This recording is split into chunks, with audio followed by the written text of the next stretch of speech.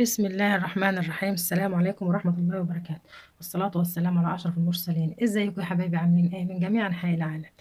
يا رب تكونوا بخير وفي أحسن الأحوال. النهاردة إن شاء الله هنعمل معاكم وصفة للدجاج جميلة جدا. لو أول مرة تشوفوني أو تسمعوني اشتركوا معايا في القناة وحطوا لي اللايك وخليكم معايا. المكونات سهلة جدا، وهي عبارة عن شرايح الدجاج بالطريقة دي زي البانيه بالظبط بس أسمك شوية. ماشي. ومعانا جبنة رومي، جبنة شيدر، جبنة موزاريلا، أي جبنة، وفلفل أسمر وتوم باودر وملح، وهنا بقدونس وطماطم متقطعة وقطع شطة كده حامية باردة زي ما تحب. نبدأ مع بعض ونشوف هنعمله ازاي. خليكم معايا.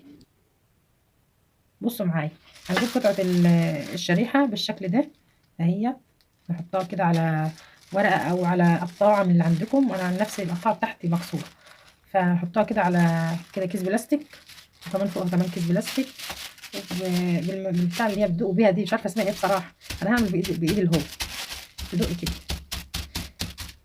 بنفس الطريقه دي.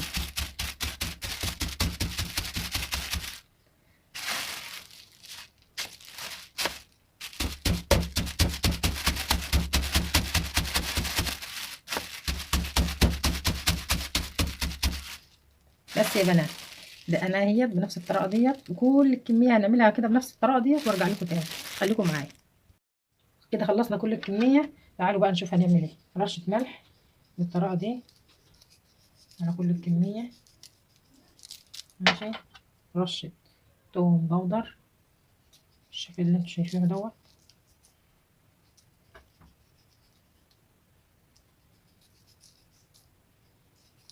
رشه فلفل اسود.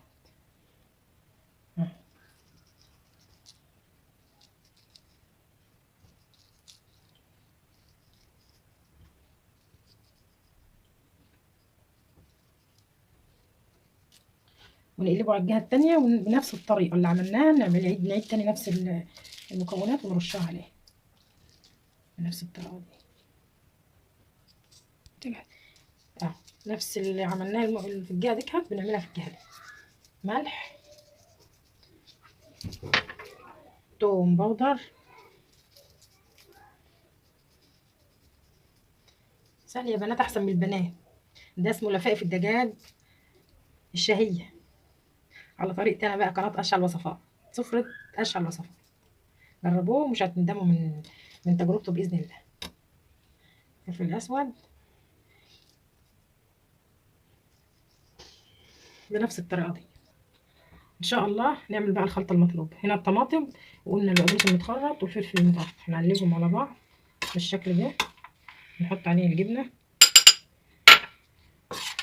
طبعا مش هنضيف عليه اي حاجه تانية غير بس شويه ملح بساط كده.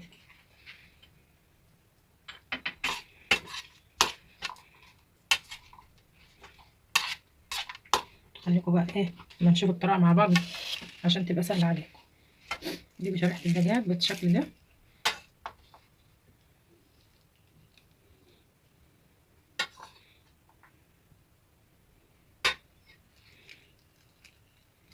نضيف فيها كده، نحطها هنا كده بنفس الشكل. معانا هنا الصينيه مدهونه زيت اهيت، هنرص فيها.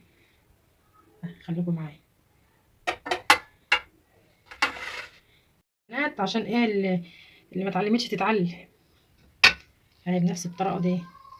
والله العظيم ان شاء الله هيعجبكم وهيطلع احسن من البنات اللي بيحتاج بيض وبقسماط ويكلفنا زيت وعارفين الباقي بقى. الخله الخشب اهي بنفس الطريقه الجميله دي. كمان واحده هكمل معاكم بقى ان شاء الله ديت، وبعدين ارجع بقى ايه اكمل الكميه وارجع لكم تاني. اهي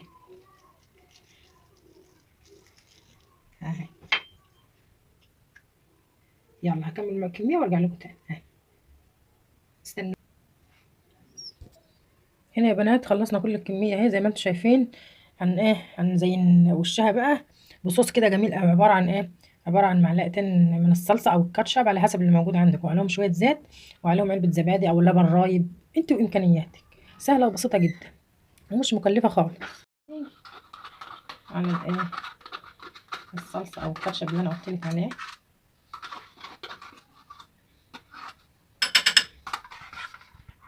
نقلبه الاول بالطريقه دي.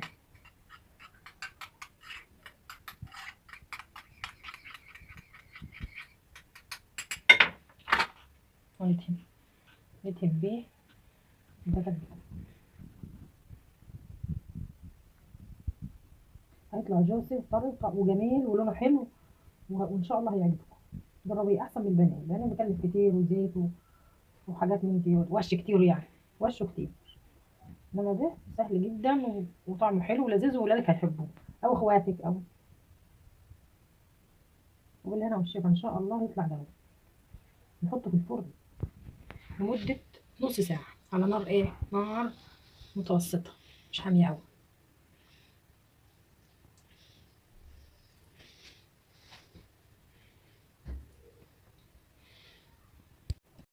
ادي يا بنات الشكل النهائي معاكم، بسم الله ما شاء الله، تحفه جميل.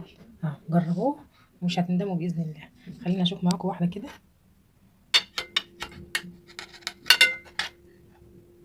اهي بالشكل ده.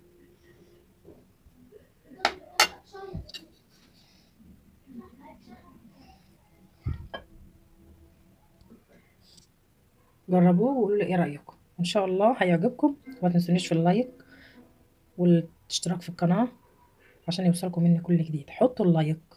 والسلام عليكم ورحمه الله وبركاته. اهو يا بنات والله العظيم تحفه، طعمه خطير حكايه، احلى من البنات 100 مره. حطوا اللايك بقى واشتركوا في القناه، وبألف هنا وشفا على قلوبكم. والسلام عليكم ورحمه الله وبركاته.